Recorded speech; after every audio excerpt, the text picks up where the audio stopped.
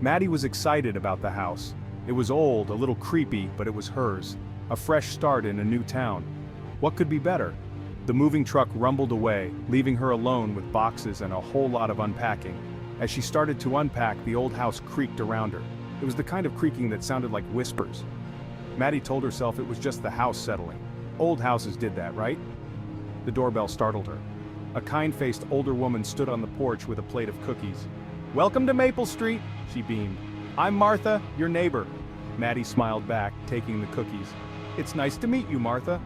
Martha's face turned serious. "Now, dear, you be careful about those woods out back." She pointed a shaky finger towards the edge of the yard. "Don't go wandering in there, especially not at night." Maddie frowned. "Is there something wrong with the woods?" Martha just shook her head and patted Maddie's hand. "You'll be all right, dear. Just being neighborly." And with that, she was gone. Maddie couldn't help but feel a little uneasy after Martha left. The woods did look ominous. The wind rustled the leaves, sounding like whispers.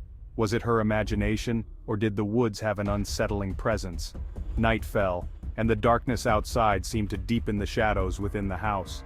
Maddie was lying in bed trying to ignore the creaking and groaning of the old house when she heard it. A soft scratching sound coming from the window. Her heart pounded in her chest.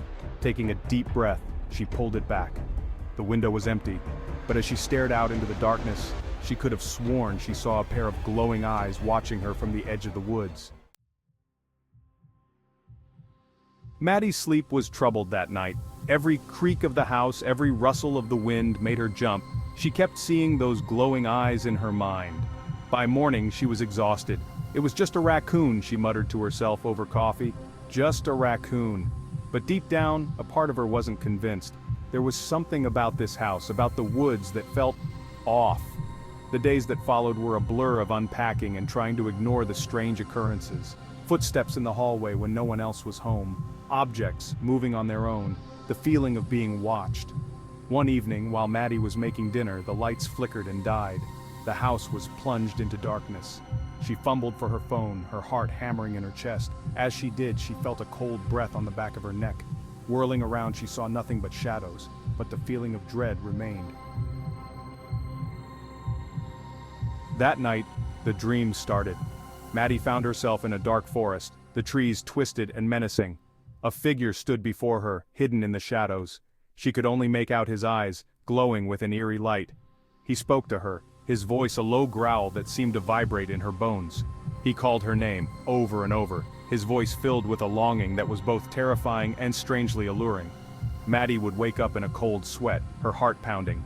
She tried to shake off the dreams, but they felt too real, too vivid.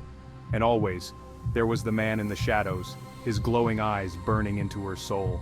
The line between dreams and reality began to blur. She started seeing him in the shadows of her house, a fleeting glimpse of a tall, dark figure. Was she losing her mind? Or was the man from her dreams seeping into her waking life?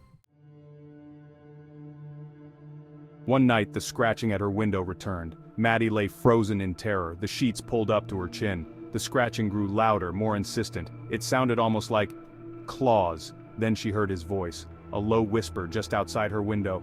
Maddie. It was him, the man from her dreams. He was here. Terror lent her a burst of adrenaline. She scrambled out of bed and backed away from the window, her heart pounding in her chest. Suddenly the window shattered inward in a shower of glass. Maddie screamed. The shadowy figure stood in her bedroom, moonlight glinting off his sharp, too long teeth. His eyes, those terrifying glowing eyes, fixed on her, and he smiled. It wasn't a kind smile.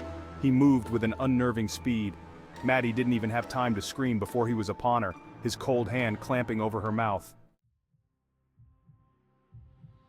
Maddie's vision swam. She was vaguely aware of being lifted, carried as easily as a rag doll. The last thing she saw before darkness claimed her was the man's face, closer now, illuminated by the moon. When Maddie woke, she was in a small, dirt-floored room. Candles flickered, casting dancing shadows on the walls. The man from her dream sat before her, his expression unreadable. He reached out and gently brushed a strand of hair from her face. "Don't be afraid, Maddie," he said, his voice surprisingly gentle. "You're safe now." "Safe?" Maddie croaked, her voice hoarse. "You're where you're supposed to be," he said. "With me." He leaned closer, his eyes boring into hers. "You are mine, my love, bound to me for eternity." Maddie stared at him, a horrifying realization dawning. This was not the fresh start she had envisioned. This was her nightmare.